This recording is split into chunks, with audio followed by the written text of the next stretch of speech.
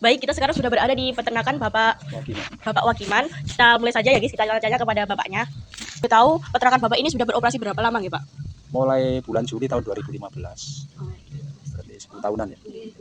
Jadi guys, di peternakan Bapak Wakiman ini sudah beroperasi selama 10 tahun. Jumlah populasi yang ada di kandang tersebut berapa ya? Saat ini yang ada kurang lebih 2.600. Pemberian pakannya itu gimana Bapak?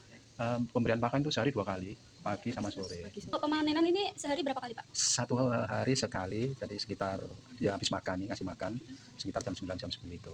Untuk penyetoran telur itu dijual sendiri apa disetorin ke apa? Maksudnya ke agen? Kebetulan saya tuh jualnya cuman dikasih ke warung-warung, pengecer, ke pengecer lah tepatnya, sama ke roti, terus toko roti yang bikin roti itu, terus sama kafe-kafe. Bapak ingin bertanya, kalau untuk penjualan telur ini Bapak jual per kilo atau per satuan kilo? Kalau saya biasanya per 10 kilo, jadi satu kilo. Kalau pengecer, kecuali tetangga-tetangga yang bisa 1 kilo, 2 kilo tetap dilayani. Itu Pak, kan ada ringanya ya Pak, itu kotoran ayamnya dijual apa bagaimana? Kebetulan ada yang ambil dan taruh itu biasanya di harga 3.000, ada yang 3.500. Kita pindah ke sini. Bagaimana cara memastikan kualitas telur di peternakan Bapak ini? Memastikannya, ya kan kelihatan tuh telur yang bagus sama yang enggak kelihatan dari cabangnya, dari cangkangnya, dari warnanya ini. Dari bumi. Kalau bau kan kotorannya, tapi kalau itu telur biasanya dilihat dari cangkangnya. Kalau cangkangnya coklat, bersih, mengkilap itu ya pasti bagusnya. Baik, pengelolaan limbah tadi. Ya. Nah, tadi kan Bapak menjelaskan bahwa untuk limbahnya ini diambil. Nah, mungkin dari Bapak sendiri apakah ada pengelolaan tersendiri di luar yang pengambilan kotoran tersebut?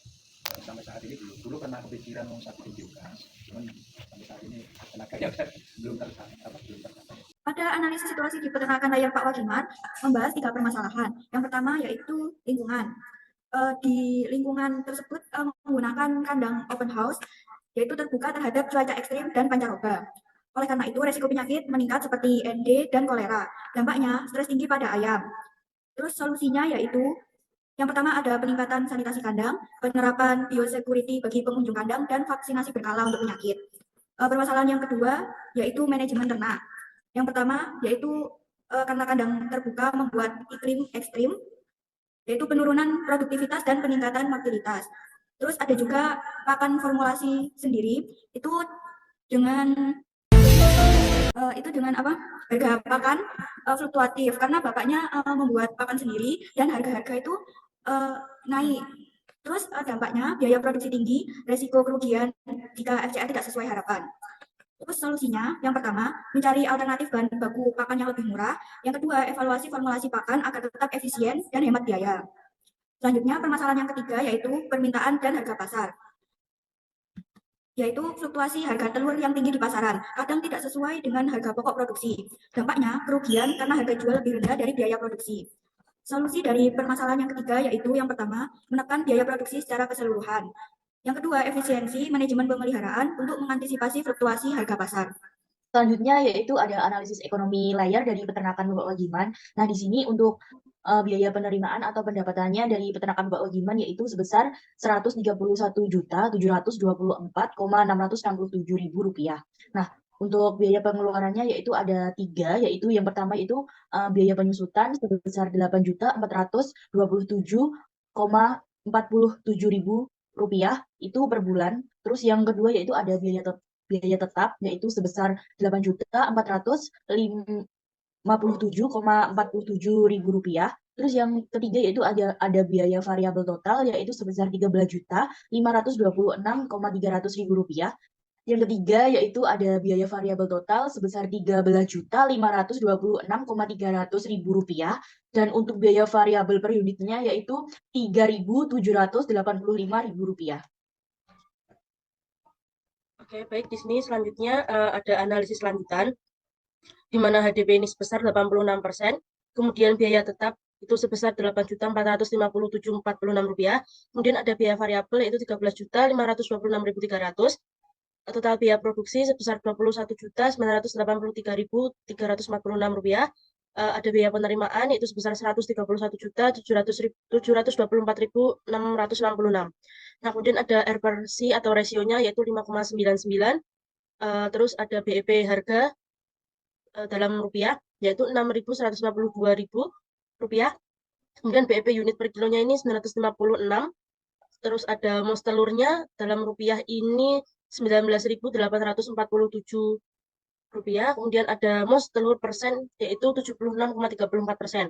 Nah, kemudian ada keuntungan kotor atau EBIT yaitu 109.741.320 rupiah.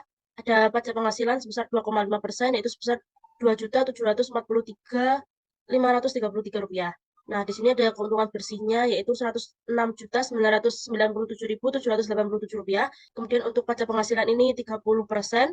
Dan pajak penghasilan per bulan 2,5%. Keuntungan bersih per tahunnya yaitu 1.283.973.443 rupiah. Nah, kemudian ada keuntungan kotor per tahunnya ini 1.316.899.839 rupiah. Dan yang terakhir di sini ada pajak pendapatan per tahun sebesar 395.068.751 rupiah. A few moments later. Baik guys, di sini kita sudah berada di peternakan kedua. Nah, di sini kita sudah berada di peternakan. Boleh perkenalkan dulu, Bapak? Telur muncul. Yeah. Kalau boleh tahu, peternakan Bapak ini sudah beroperasi berapa tahun atau sudah berapa lama? Mulai 2011. 2011. Terus untuk populasi ternak ayam sendiri ini berapa, Bapak? Di sini total semua ada 6.500. Terus untuk jenis ayamnya itu jenis ayam apa nih, Pak? Saya selama ini pakai strain ISA. Untuk pola pemberian pakan sendiri itu bagaimana nih, Bapak? Saya pemberian pakan 1 kali sehari. 1 kali sehari. Sore saja. Kenapa paginya nggak diberikan, Bapak? Jadi untuk pagi masih ada sisa pakan yang kemarin sore ya. Karena dari pencahayaan saya pakai malam hari, malam, ya jadi sore tanpa lampu sama sekali. Jadi pas waktu pagi kayak gini, pengambilan telur sudah hampir selesai 90%. Yang 10% nanti siangnya. Sistem pemeliharaan kandang yang Bapak terapkan itu gimana ya? Model baterai seperti ini. Itu gimana, Pak? Model baterai itu kayak gimana? Ya kayak gini, sistem cik gini. Per sekat isi 22 saya. Kan ada yang isi 1, saya pakai isi 2. Terus untuk telurnya itu disetorkan ke agen apa dijual sendiri? Saya jual sendiri. Jadi langsung kirim ke toko-toko swalayan. Ikan telurnya Bapak kan dijual langsung tanpa melalui kayak agen-agen ya. Nah, itu harganya per kilo apa per satuan, Pak? Per kilo, saya ngeluarin harga per kilo. Bagaimana cara Bapak memastikan kualitas telur yang ada di peternakan Bapak ini? Satu dari pembibitan ayam yang bagus, pemilihan genetik yang sehat, terus program vaksinasi benar, makan juga harus benar, sampai produksi kita kontrolnya ya cuma di situ saja. Pakan terutama kalau pengen kualitas telur yang bagus itu dari pakan. Terkait limbahnya, Pak, untuk limbah di sini itu pengelolaannya itu diambil oleh pengepul untuk jadi pupuk itu atau bagaimana? Ya, dipakai pupuk biasanya. Berarti diambil pengepul gitu? Iya. Berikutnya yaitu analisis situasi di peternakan ayam layar Pak Eko. Nah, di sini masalahnya itu ada 3. Yang pertama yaitu lingkungan. Nah, lingkungan ini karena kandangnya open house dan di tengah sawah, sehingga meningkatkan risiko serangan dari predator dan penyakit. Nah, penyakitnya itu seperti Newcastle disease dan kolera. Selain itu, untuk penyebaran penyakitnya juga dapat melalui udara, sehingga penyebarannya sangat cepat. Lalu untuk solusi yang kami berikan yaitu dengan sanitasi dan vaksinasi, dengan memperketat sanitasi dan memberikan vaksin serta obat untuk ayam yang sedang sakit.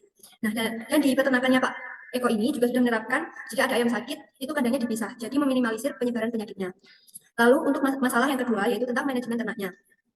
Seperti yang saya sebutkan di awal, yaitu kandangnya terbuka, sehingga sangat tergantung dengan perubahan iklim yang ekstrim, sehingga rentan terhadap penyakit dan stres, sehingga depresinya juga tinggi. Selain itu, untuk pakannya juga terpengaruh karena harga bahan bakunya yang fluktuatif, sehingga menambah biaya produksi.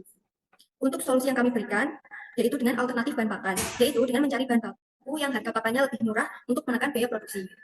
Lalu permasalahan yang terakhir yaitu tentang permintaan pasar. Nah, di sini fluktuatif harga telur itu seringkali tidak sama dengan HPP, sehingga terkadang bisa menyebabkan kerugian. Lalu untuk solusi yang kami berikan yaitu dengan pengendalian biaya produksi, yaitu upayanya dengan menekan biaya produksi selama pemeliharaan untuk mengurangi dampak dari fluktuasi harga telur.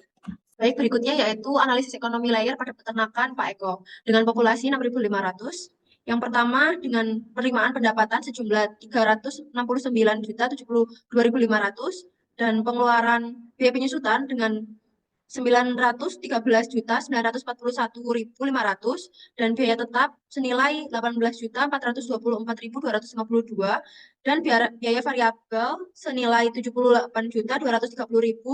dan variabel unitnya 8.495 rupiah. Untuk selanjutnya, HDP dari peternakan Pak Eko yaitu didapatkan hasil sebesar 88% dan biaya tetapnya senilai 18.424 sekian, biaya variabelnya 78.230 sekian dan total biaya produksinya 96.654 sekian.